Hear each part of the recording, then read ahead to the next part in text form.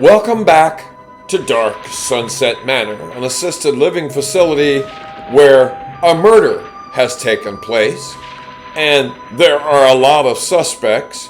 We have a multitude of unusual characters both in Dark Sunset Manor and around Dark Sunset Manor. Pay attention, one of them is the murderer. And in the lobby of Dark Sunset Manor, a shadowy figure approaches a table containing a tribute to the victim, Joseph Pennywise. Could this shadowy figure be the one responsible for the death of Joseph Pennywise? Meanwhile, Octavia Merriweather has been whisked to a secret room somewhere in Dark Sunset Manor by the spirit of a man claiming to be her great-great-great-grandfather, who explains Octavia's situation to her in gruesome terms. You'll die, and you will provide company for me throughout all eternity. And he has blocked her escape with his pet, a terrible three-headed creature. And Malcolm Merriweather, Octavia's grandson, is returning to her residence only to find his grandmother mysteriously missing. And at the police jail and patrol station, Chris Jennings is being booked on suspicion for being a werewolf, and through a nearby window, he sees who his accuser is. Yes, it's Cindy Sue. And as Chris ponders his fate amid these accusations, he sees someone else at the police station, someone else he knows. It's Nurse Nellie Vauban. And newest Dark Sunset Manor resident, Narcissa Glass, is listening to a scheme from her reflection, a woman who has a mind of her own. And this scheme involves Narcissa's daughter, Louise Smythe, and she is not happy to see that her mother has found a mirror. Mother, what are you doing? You know you're not supposed to look into any mirrors. Ah, there's Narcissa's daughter, Louise Smythe. We've been waiting for you. And back in the lobby of Dark Sunset Manor, at the tribute table for Joseph Pennywise, we see that the shadowy figure is actually Joseph Pennywise's son, Irving Pennywise.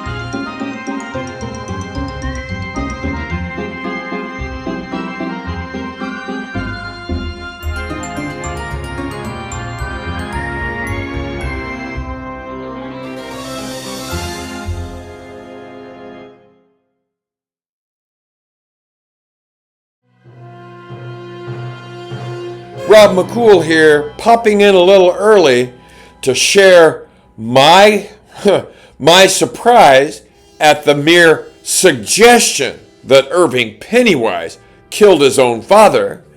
Perhaps we should tune into Irving Pennywise's deepest thoughts to find out exactly what's going through his mind. My father is gone, and according to the coroner, he was murdered. But murdered by whom? Well, that's a relief. Apparently, Irving Pennywise did not kill his own father. But if Irving Pennywise didn't kill him, who did?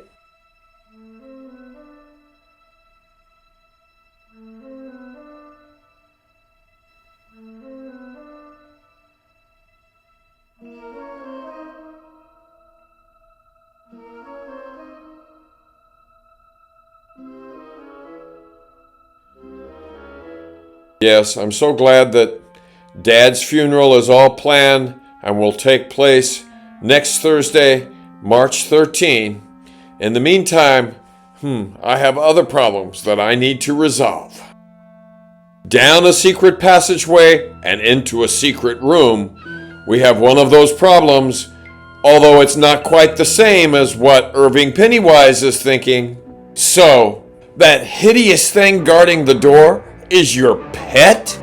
Yes, it used to guard the doorway to hell, but was retired in favor of a three-headed dog. Oh, yeah, I'm familiar with hell. I was a teacher for 40 years. Also, I'm very familiar with two-faced administrators.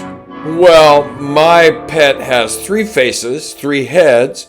The one in the middle, her name is Jeannie. The one on the right is Leah. And the one on her left is Stephanie. Well, I don't care if their names are Larry, Moe, and Curly.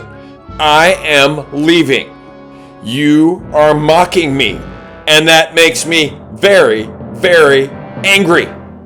I dealt with classrooms full of fifth graders for 40 years, and my last three administrators had a collective IQ of 47. I'm certainly not afraid of this three-headed dragon thing. What? It's gone!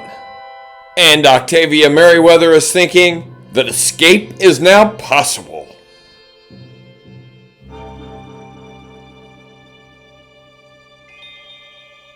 Or is it?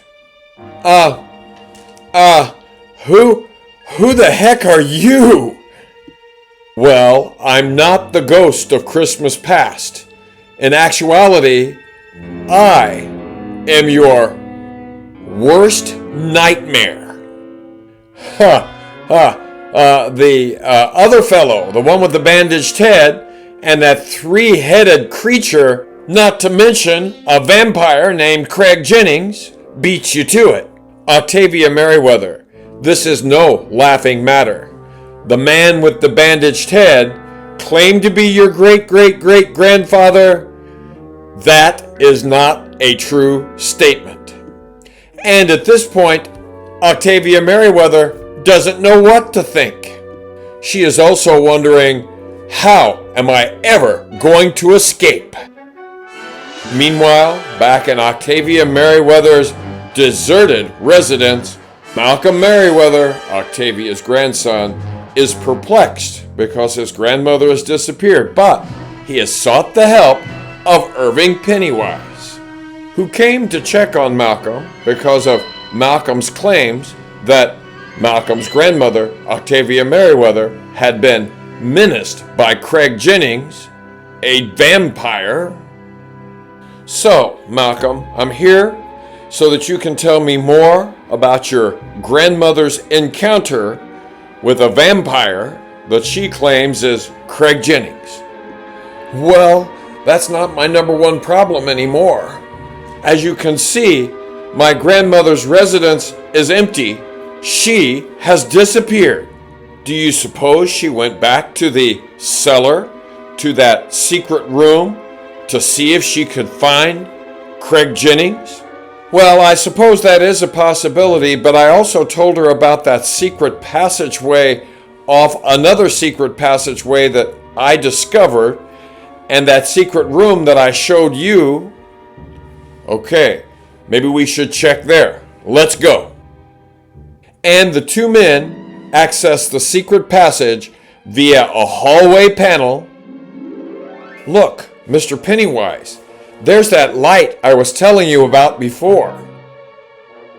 And once again, the two men head down the adjacent secret passageway and again come to that door, and a blaze flares up. Meanwhile, Narcissa Glass's daughter, Louise Smythe, is not happy to see that her mother is looking into a mirror, but Narcissa Glass's reflection, Persephone, is very glad to see Louise Smythe. And her reaction becomes even more animated when she notices that her mother's reflection has a life of her own. Dear Lord, Mother, you were right. Your reflection really is a separate entity. You are exactly right, my dear. And your mother is not the only one who has a reflection with a mind of her own. You do as well. And she's pure evil. And at the police jail and patrol station, nighttime is descending and a full moon is appearing. A huge problem for Chris Jennings, who is about to turn into a werewolf. Well, Officer Earp, this has been fun, but it's getting late and I need to get home. Oh, you're not going anywhere. You're spending the night with us in jail. And upon hearing this, Nurse Nellie Vauban heads over to make a statement. You need to release this man. Chris Jennings is innocent. Miss, who are you? I am Nurse Nellie Vauban. I work at Dark Sunset Manor, and I know that Chris Jennings is innocent of any wrongdoing because he spent the night with me.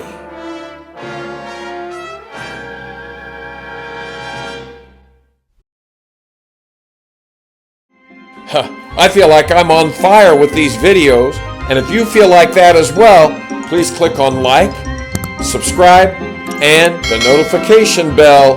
And things are getting hot for Chris Jennings. We need to continue with the dark side of Rob McCool. Oh, yes, I was with Chris Jennings on the night in question, so I know he's innocent. Innocent of what, Nurse Vauban?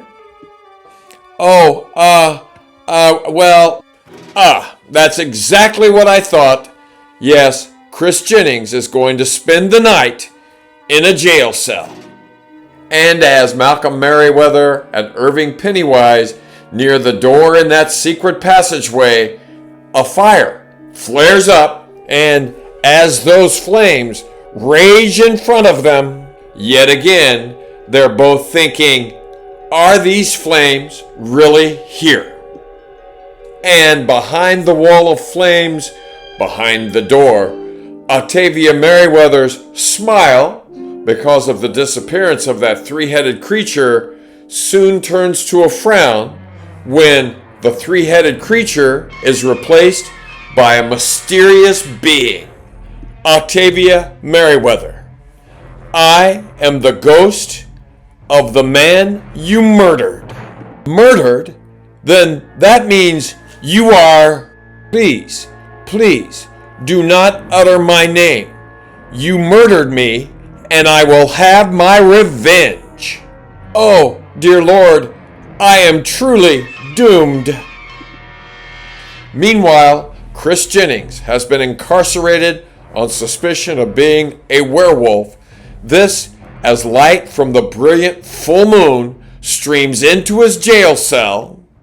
He looks down, and lo and behold, his right hand indicates a transformation is coming. He then hears Officer Wyatt Earp's voice saying, Mr. Jennings, I'm coming with your evening meal. And even though Chris Jennings would love to wolf down his food, the delivery is coming at a most inopportune time.